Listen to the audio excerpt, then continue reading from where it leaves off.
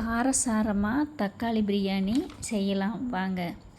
இதில் உப்பு, காரம், எவ்வளவு ஆயில் யூஸ் பண்ணணும், எப்படி வதக்கணும், எப்படி செய்யணுங்கிறது ஃபுல்லாக நம்ம வீடியோவை போட்டிருக்கோம். கடைசி வரைக்கும் பாருங்கள். இதே மாதிரி யூஸ்ஃபுல்லான சமையல் வீடியோ பார்க்குறக்கு நம்மளோட சேனலை சப்ஸ்கிரைப் பண்ணிக்கோங்க. இப்போ 5 கிலோ தக்காளி பிரியாணி செய்யறதுக்கு நம்ம 1 லிட்டர் ஆயில் ஊற்றிருக்கோம். அது கூட பட்டை, கிராம்பு, பிரியாணி இலை, ஏலக்காய், சோம்பு, பிரியாணி தாளிப்பு இது எல்லாமே 2 பாக்கெட் போட்டிருக்கோம். பச்சை மிளகா 250 கிராம் எடுத்து வச்சுருக்கோம். அதை காம்பு கிள்ளி நல்லா கழுவி எடுத்து வச்சுக்கணும். எண்ணெய் நல்லா காஞ்சு பட்டை கிராம்பெல்லாம் நல்லா வெடித்ததுக்கப்புறம் இந்த பச்சை மிளகாய் போட்டு நல்லா வதக்கணும். பச்சை மிளகா வெடிக்கும், அதனால் ஒரு 5 நிமிஷம் தட்டத்தை வச்சு மூடி வச்சுருங்க. பச்சை மிளகா நல்லா ஒயிட் கலரில் எண்ணெயில் அப்படி பொரிஞ்சு வந்துடும். அதுக்கப்புறம் 5 கிலோவுக்கு 1 கிலோ பெரிய வெங்காயம் நீள நீளமாக கட் பண்ணி வச்சுக்கோங்க லேசாக. 5 கிலோவுக்கு 1 கிலோ போடுறேன். இதோ நீங்கள் 1 கிலோ போடுற மாதிரி இருந்தால் நீங்கள் 1 கிலோ அரிசிக்கு 200 கிராம் போடலாம் வெங்காயம். பச்சை மிளகா 50 கிராம் போடணும். இதே மாதிரி நீங்கள் எல்லாமே 1 கிலோவுக்கு எவ்வளோ போடணுங்கிறத பிரித்து போட்டுக்குங்க. இப்போ 5 கிலோவுக்கு உண்டான அளவு தான் நாங்கள் சொல்லியிருக்கோம் வீடியோவில். வெங்காயம் நல்லா வதங்கினதுக்கப்புறம் மஞ்சத்தூள் 1 டீஸ்பூன், வரமிளகாய், தக்காளி 2.5 கிலோ போட்டுக்குங்க. பிரியாணி பொடி 100 கிராம், வரமிளகாய் தூள் 100 கிராம் போட்டிருக்கோம். உப்பு ஒரு கைப்பிடி அளவு, 1 கிலோவுக்கு 1 கைப்பிடி அளவு. அப்போ 5 கிலோவுக்கு 5 கைப்பிடி அளவு உப்பு சேர்த்துக்கிறோம், கல்லுப்பு. உங்கள் உள்ளங்கையில் நாம்பி பிடிச்சிங்கன்னா அது 1 கிலோவுக்கு கரெக்டாக இருக்குது.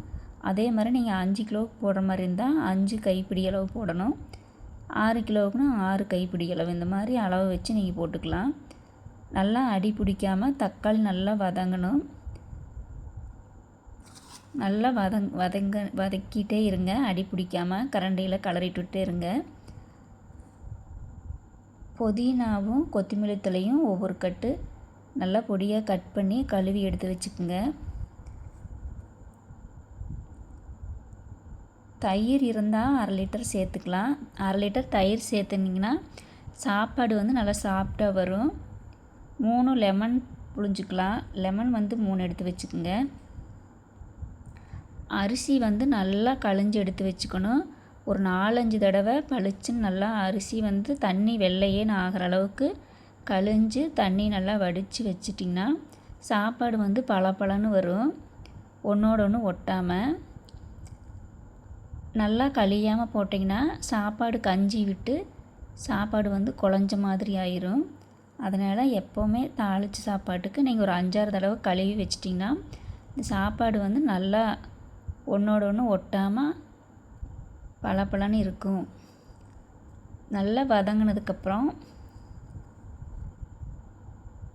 தக்காளி, மசாலா எல்லாம் சேர்ந்து நல்லா எண்ணெய் கோர்த்து நல்லா வதங்கி வந்துருச்சு. இப்போ நீங்கள் லெமன் புழிஞ்சிக்கலாம். லெமன் 3 பழம் புழிஞ்சிக்கிறோம். நீங்கள் ஒரு 5 படி அரிசி போடுறீங்கன்னா ஒரு 4.5 படி 4.25 படி தண்ணி ஊற்றினா போதும். 1க்கு 2 அப்படின்னா ஒரு 4 கிலோ போட்டிங்கன்னா 4 படி போட்டிங்கன்னா 8 படி தண்ணி ஊற்றணும். அப்போ அந்த 8 படியில் ஒரு படி நீங்கள் கம்மி பண்ணிவிட்டு 7 படி ஊற்றிக்கலாம். ஏன்னா இந்த தக்காளி இந்த மசாலாலாம் போடும்போது அதுலேயும் தண்ணி இருக்கும்.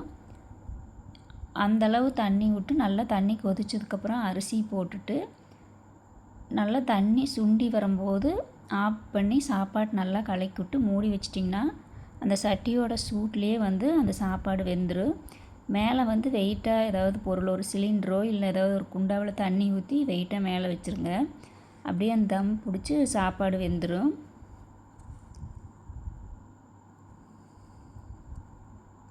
எலுமிச்சம்பழம் புழிஞ்சாச்சு.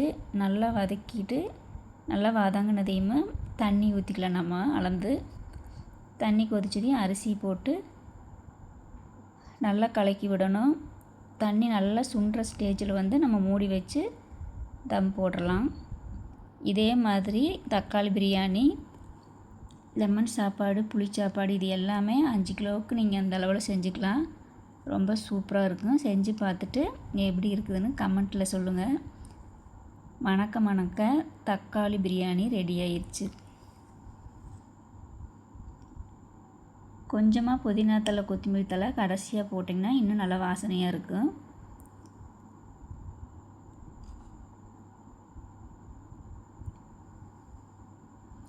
சாப்பாடெல்லாம் ரெடி பண்ணதுக்கப்புறம் அடுப்பு வந்து நீங்கள் ரொம்ப கம்மி பண்ணக்கூடாது. நல்லா ஸ்பீட்லேயே தான் கொதிச்சுட்ருக்கணும், கலரிகிட்டே இருக்கணும்.